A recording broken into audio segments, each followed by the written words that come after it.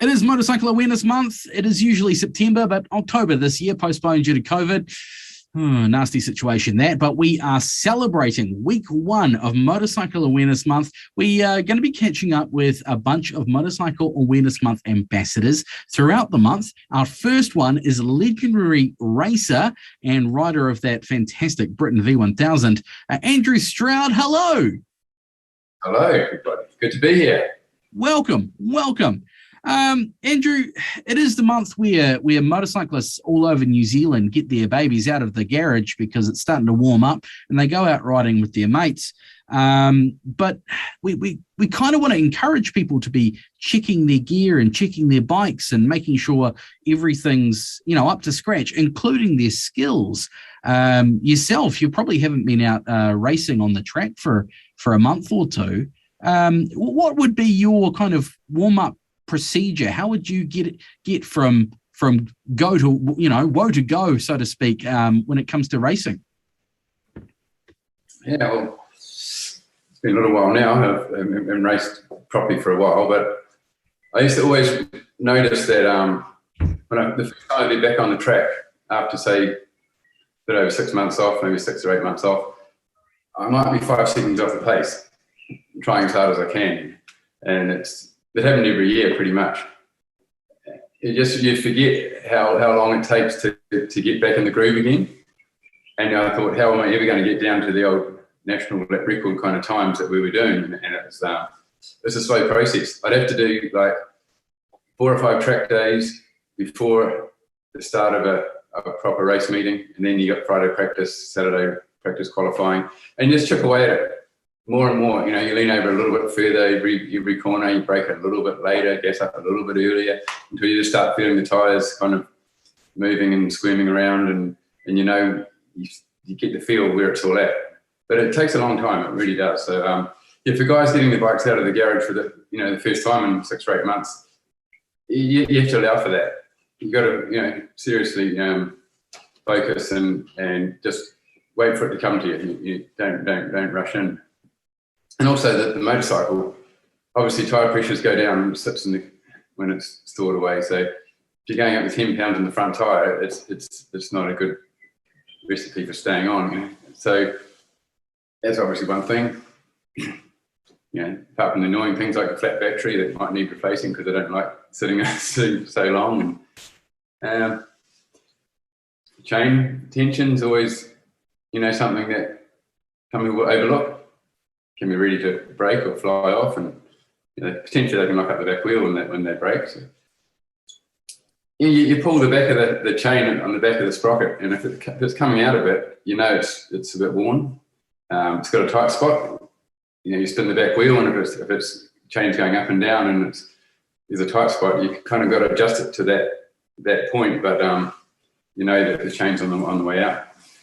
Brakes, occasionally the pistons can even seize and they're rusting away in the garage, and you're going to make sure you've got brakes. And a bit of rust on the fork leg sometimes is not a good thing to go out, because the first time you hit the brakes, the little bits of rust can go and rip your fork seals up, and all of a sudden your fork seals are leaking oil, and you've got to spend a few $100s to go and get it fixed again. So a bit of wet and dry sandpaper or something, just pretty fine drip would be a good thing.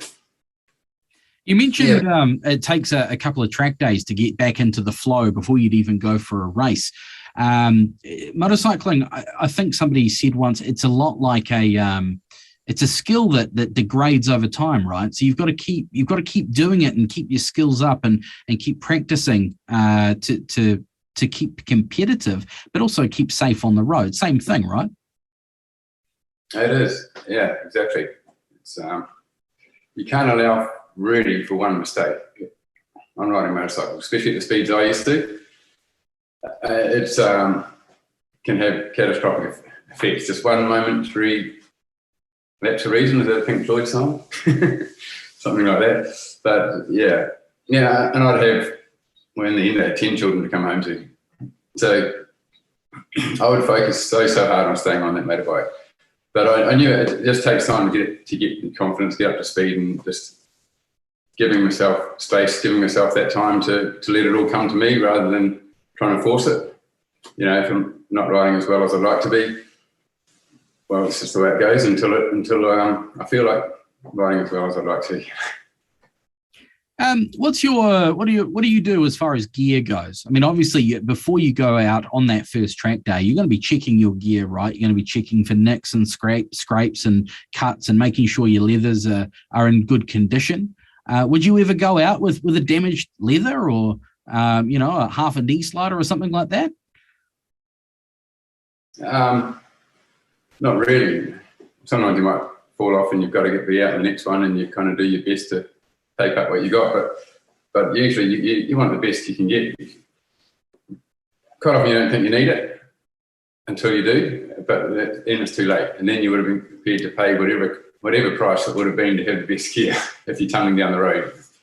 But it's too late if you haven't. So I got children, and they always want to jump on their bike without the gear on because they're so keen to go for a ride. They want to ride around the paddocks at home here, and so hang on, just hop back off, go and get all your gear on. But when it becomes a habit, you kind of feel vulnerable if you haven't got it on. Like if I go on the racetrack, I haven't got my back protector in. I feel so, prone to injury if something's going to happen. It becomes a habit. You've got to and have the right gear. It doesn't have to be the most expensive. Like there's a website, is it MotorCat? It's quite a good guideline to what gear works and what doesn't. I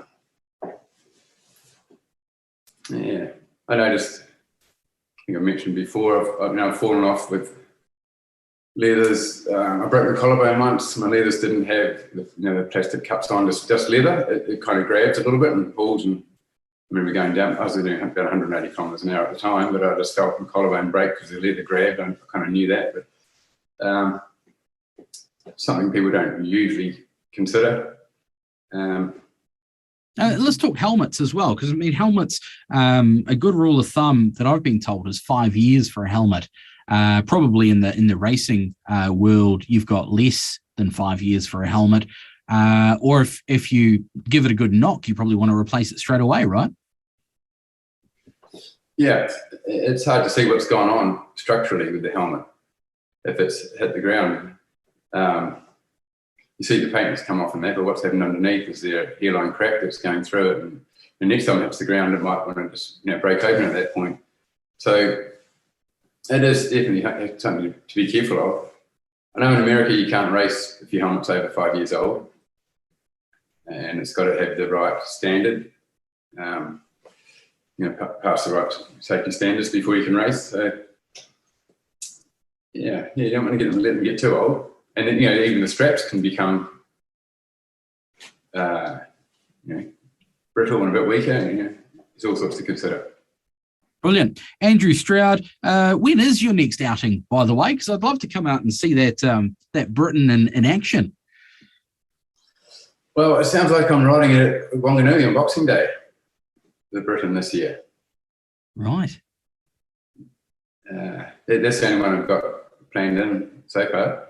So you'll be getting into the track days in November and December for that? I won't be racing in Britain. I'll just do some parade laps. I think it's just in the process of being sold, actually. So right. Tricky. But I think I'll still do some track days. I'm doing some rider instructor days, I think, with Hampton Downs coming up. Just mainly geared towards road riders that want to increase their confidence a bit and want to, learn how to upskill and control the motorcycle a little bit better. And the racetrack's a great place to do that because, there's no cars coming the other way for a start, and there's runoff area, and you slide off into a gravel track if you happen to slide off, which you wouldn't want to. But, it's just an opportunity where every corner you can lean over a little bit further each time, just a little bit, and as your tyres heat up, you get a little more grip on the road. They don't really heat up that much. So the potential on the track to, explore the limits a little bit more of your motorcycle, it's a way better place than ever trying to do it on the road. All about upskilling. More information, head to rideforever.co.nz. Andrew Stroud, legendary road racer, thank you very much for your time, and thanks for being a Motorcycle Awareness Month ambassador. Oh, thank you very much. Enjoy your motorcycling out there. And it is Motorcycle Awareness Month, so if you're in a car, look twice for motorcycles, and if you're on a motorcycle, just do your best to stay on.